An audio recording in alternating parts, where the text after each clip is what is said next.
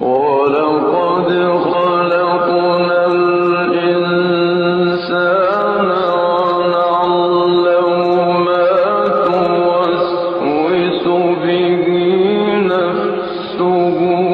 ونحن أقرب إليه من حبل الوريد إذ